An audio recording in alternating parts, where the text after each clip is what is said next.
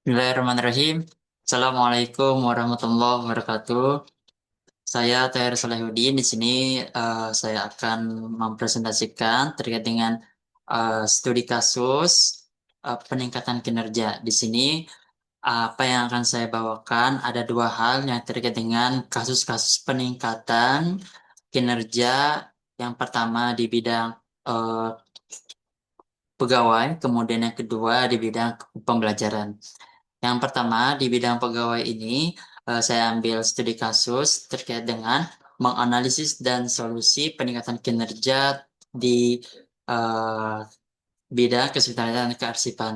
Dalam hal ini, eh, saya mengambil topik terkait dengan transformasi digital persuratan untuk tenaga kependidikan di Universitas Ibnu Khaldun Bogor.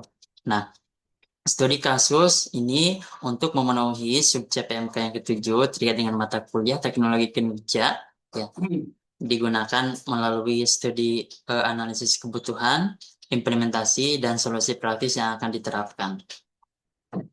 Nah, konteks akademis dan sasaran intervensi yang tertuang dalam tuntutan FPS yang pertama adalah terkait dengan menganalisis masalah dan mengembangkan pendekatan yang tepat, akurat, itu di C4.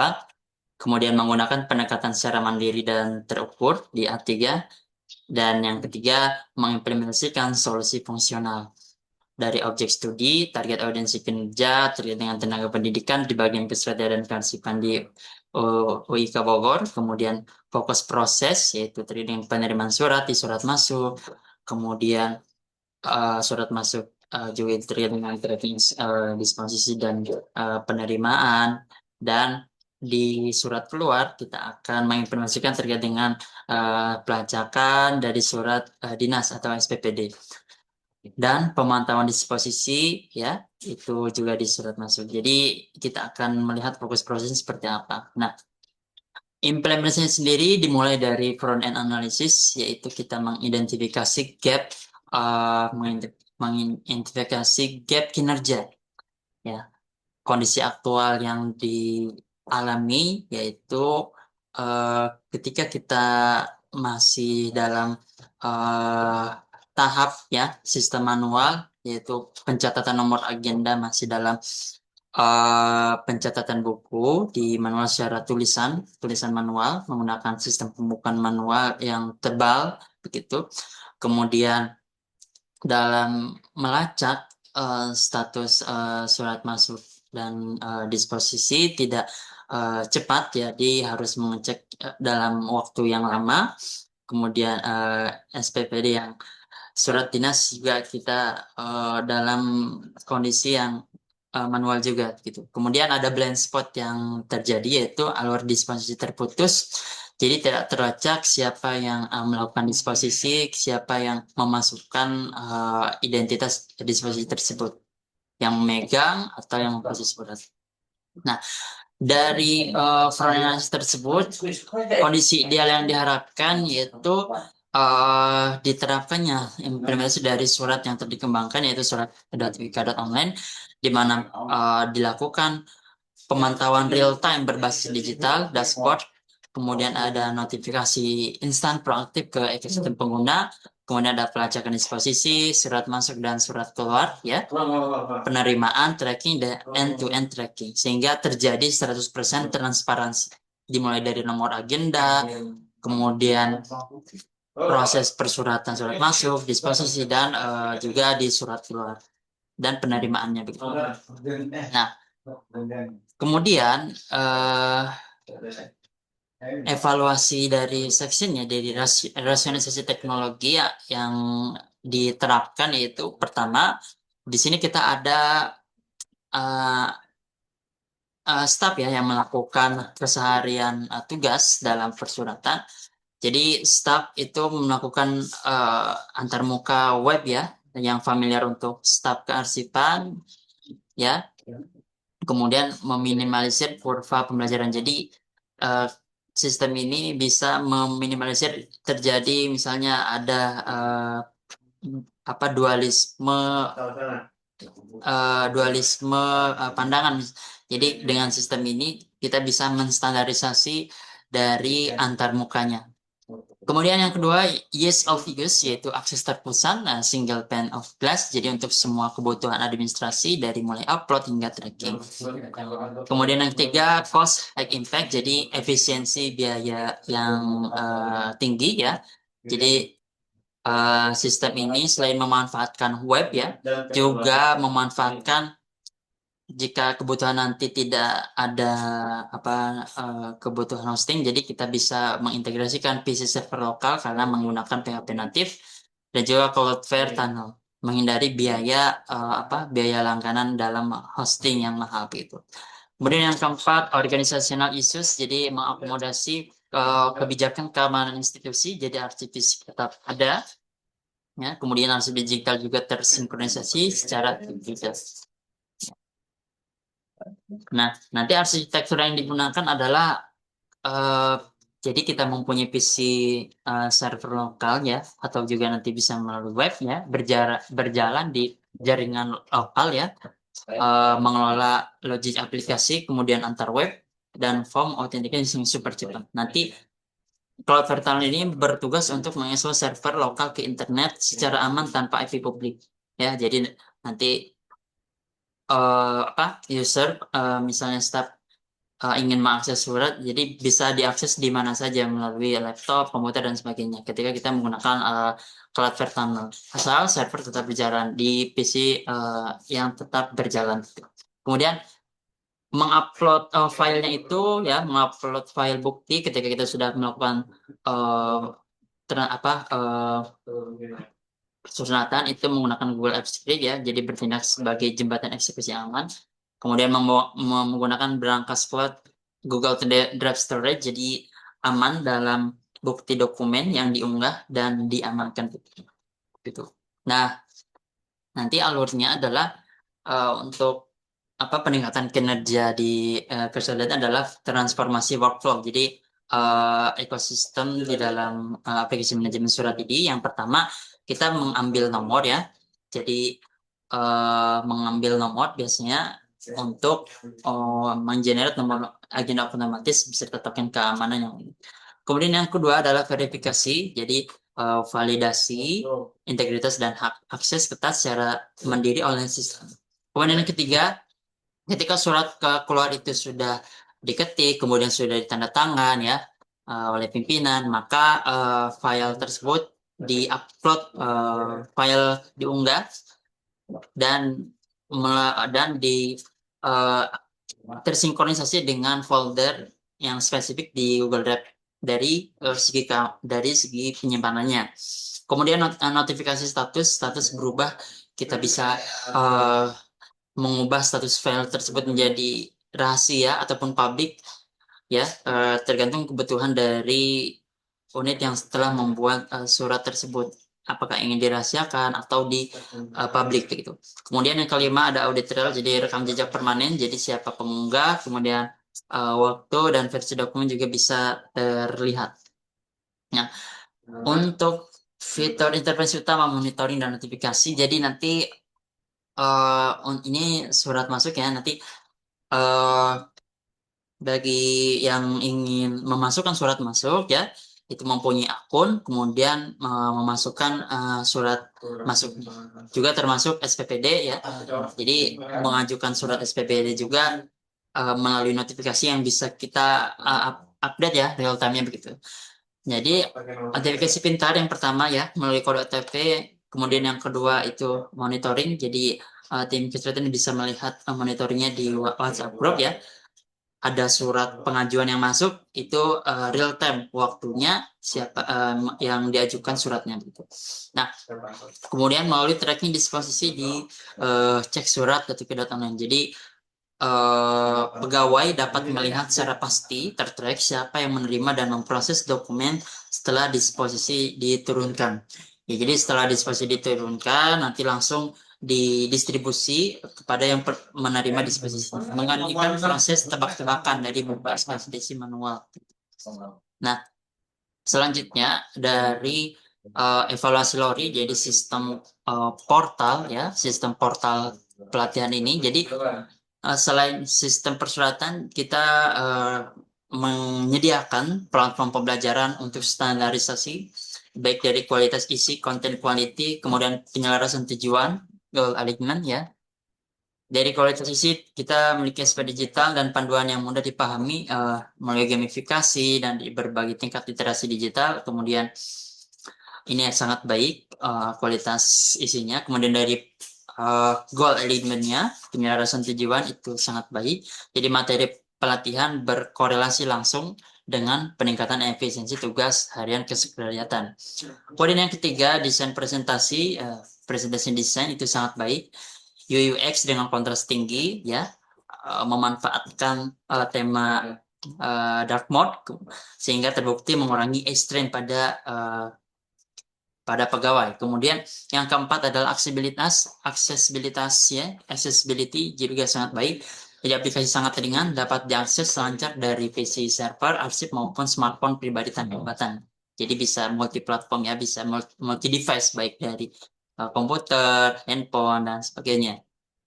Nah, kemudian sintesisnya adalah dampak dari terhadap kinerja organisasi, yaitu yang uh, sebelum penggunaan aplikasi. Jadi terjadi bottleneck ya, jam kerja terbuang dalam mencari nomor agenda di buku yang tebal, kemudian juga LPPD juga sering stuck tanpa kejelasan misalnya ya dalam penerimaan tracking. Kemudian resiko tinggi arsip terselip di lemari. Nah ini sebelumnya. Jadi penyelipan itu sering terjadi kehilangan arsip. Nah dengan uh, digitalisasi ini peningkatan kinerja ya. Jika terjadi resiko kehilangan arsip fisik, kita bisa mencetaknya kembali dalam versi pre-nya. Jadi tidak terjadi apa kehilangan gitu. Kemudian yang kedua terciptanya ekosistem hybrid arsip. Jadi arsip fisik ada, namun aksesibilitas digital menjadi unlimited dan maintainable dan produktivitas tenaga pendidikan meningkat tajam. Dan penggunaan sesudah flow yang sudah digunakan yaitu eksekusi pencairan dalam hitungan detik, audit real 100% transparan dengan pelacakan end to end. Nah, konklusinya yaitu pemenuhan capaian dari sub CPMK ketujuh ini adalah yang di C4-nya adalah analisis ya. Kita berhasil membongkar masalah mendasar kearsipan manual dan kelemahan tracking disposisi melalui instrumen front-end analysis. Kemudian dari A3-nya penilaian. Penilaian dari aplikasi ini membuktikan kemampuan mengevaluasi dan memilih arsitektur teknologi secara rasional menggunakan kerangka section dan lori. Dan di P3-nya implementasi mengembangkan intervensi kinerja yang fungsional ya dan terukur melalui aplikasi di platform surat.dk.online, kemudian cek surat dan juga platform WhatsApp group untuk notifikasi untuk memecahkan hambatan administrasi di lapangan. Nah, yang pertama di bidang kepegawaian. Nah, yang kedua terkait dengan di bidang pembelajaran ya. Di sini saya akan menampilkan terkait dengan bagaimana pembelajaran peningkatannya dari menggunakan pembelajaran yang imersif seperti itu. Nah, dibilang pembelajaran imersif di sini ya studi kasusnya terkait dengan desain pembelajaran metaverse, UIKA dan mitigasi bencana terpadu untuk sekolah menengah. Tuh. Jadi apa awal mulanya kalau misalnya di dalam mitigasi bencana itu misalnya dalam hal gempa bumi ya dan eh, dalam hal gempa bumi dan juga yang kedua di pemadaman kebakaran ya. Yang pertama ya kita lihat dari matriks rekayasa kinerjanya ya di konteks RPS ya di sub CPMK yang ketiga itu untuk merumuskan konsep analisis kebutuhan dan implikasinya. Dan kedua, sub CPMK yang keenam mengidentifikasi permasalahan yang terjadi pada perkembangan di kelas secara sistematis dan terukur. Dan sub CPMK yang ketujuhnya menganalisis permasalahan, menggunakan pendekatan yang tepat dan jadi kesenjangan kinerja, keterbatasan alat peraga sains fisik, dan tingginya risiko simulasi bencana dunia nyata di lingkungan sekolah. Jadi untuk gempa kan tidak mungkin simulasi gempa dengan gempa betulan, begitu.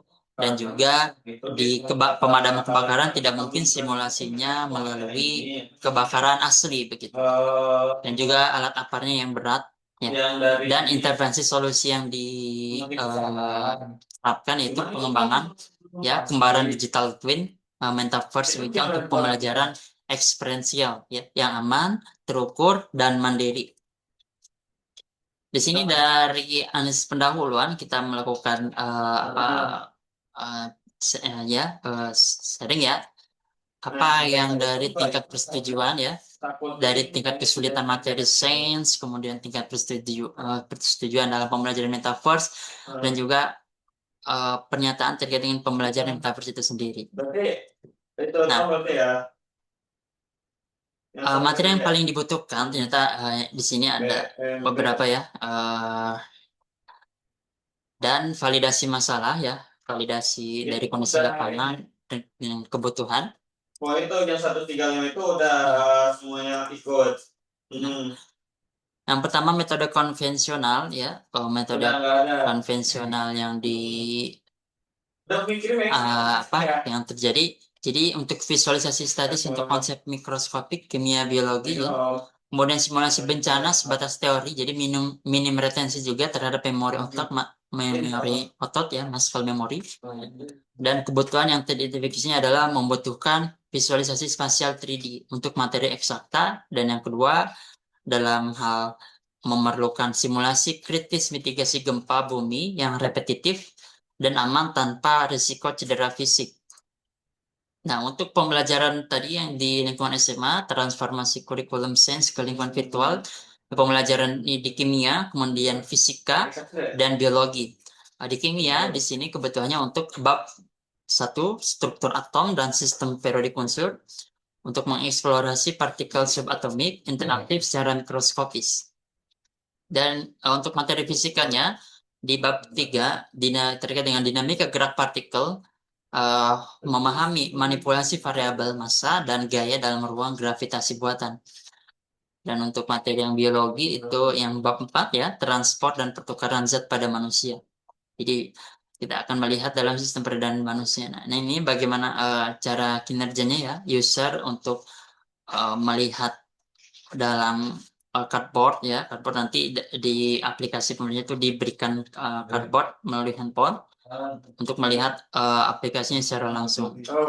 Ini contohnya, ya, contoh-contoh yang bisa kita gunakan untuk pembelajaran sainsnya. Nah, itu yang pertama, ya, terkait dengan pembelajaran biologi, kemudian fisika dan kimia. Ini bisa diakses di Google Drive. Nanti saya akan berikan linknya di deskripsi untuk mengakses pembelajarannya. Nah, untuk yang kedua, terkait dengan mitigasi bencana, itu ada pertama simulasi gempa bumi dan juga simulasi kebakaran, ya. Untuk simulasi gempa bumi itu dalam hal pembelajaran metaverse-nya kita akan melatih insting berlindung di bawah struktur yang kokoh, ya, dalam kondisi kelas yang runtuh secara virtual. Dan yang simulasi aparnya kita mengoperasikan tabung pemadam kebakaran dengan prosedur PASS, pull, aim, squeeze, dan sweep pada berbagai kelas aktif. Ekosistem perangkat yang digunakan yaitu matriks aksesibilitas, dan imersinya, ya. Karena di sini kita akan menggunakan VR box, ya, VR box digunakan untuk penggunaan massal. Nah, sedangkan untuk SVR-nya itu MetaQuest itu digunakan dalam khusus terpusat di lab, ya. Nah, identifikasi hambatan kinerjanya, yaitu hambatan yang diidentifikasi yaitu ancaman motion sickness. Jadi ketika cognitive voucher ini dialami, jadi kalau misalnya mata mendeteksi avatar berjalan maju secara bebas, sistem pergerakan, ya, menggunakan keyboard, huruf WASD secara konvensional, ya, itu mengalami konflik sensori. Telinga bagian dalam dan tubuh mendeteksi kondisi diam sepenuhnya. Itu info fisiknya. Nah, kesimpulan analisis pada perangkat VR box tanpa kontrol eksternal, jadi tanpa kontrol yang ada di tangan kanan dan tangan kiri, pergerakan berjalan bebas, free walk memiliki resiko mual pusing yang sangat tinggi. Sistem navigasi wajib direkayasa ulang. Nah, rekayasanya adalah menggunakan rekayasa ergonomi dengan waypoint teleportation melalui gaze interaction. Jadi melalui interaksi mata ya, melalui interaksi mata ya. Langkah pertama kunci target dengan fokus mata. Pengguna menatap titik strategis waypoint selama 1 sampai 2 detik sehingga nanti terjadi interaksi ya, aplikasi merespon. Langkah kedua, dengan transisi aplikasinya halus. Sistem memicu efek fade-out ke layar gelap secara instan memutus input visual yang memicu konflik sensorik. Kemudian langkah ketiga, relokasi instan. Perpindahan tempat terjadi secara instan atau teleport ke titik-titik yang memang telah ditentukan. Resiko pusing ditekan hingga 0% dengan kontrol 100% hands-free. Nah, yang kedua, terkait dengan simulasi APAR itu solusi skenario kinerja tingkat tinggi ya, pelacakan tingkat precision tracking via MetaQuest memfasilitasi memori otot untuk mencabut pin dan menekan tuas secara realistis. Kemudian umpan balik haptik dan fisika partikel ya merespons secara real time terhadap semprotan pemadam. Justifikasi perangkat untuk pelatihan keselamatan nyawa, imersi fisik tidak bisa digantikan oleh navigasi tatapan mata. Oleh karena itu, MetaQuest ditugaskan secara khusus pada lab ya pada laboratorium. Ini contoh yang kita sudah lakukan praktek ya atau bagaimana penggunaan dari APAR itu simulasi pemadam kebakaran. Jadi eh, termasuk gempa juga ya. Nah, kemudian matriks evaluasi dan solusi kinerja. Jadi 100% akurasi materi, pemetaan materi kimia, fisika, dan biologi SMA tersampaikan secara presisi tanpa distorsi. Guna aksesibilitas skala besar, penggunaan VR Boost memungkinkan adopsi massal di berbagai sekolah dengan memanfaatkan smartphone bawaan siswa. Kemudian yang ketiga, ergonomi dan keselamatan. Penerapan rekayasa gaze instruction memastikan durasi belajar lebih lama tanpa keluhan medis seperti motion atau bisnis. Desain instruksional ini memenuhi kriteria penugasan problem based learning untuk penyusunan laporan analisis kinerja dan solusi program. Mungkin eh, sekian yang bisa disampaikan dari yang eh, studi kasus peningkatan kinerja. Wassalamualaikum warahmatullahi wabarakatuh.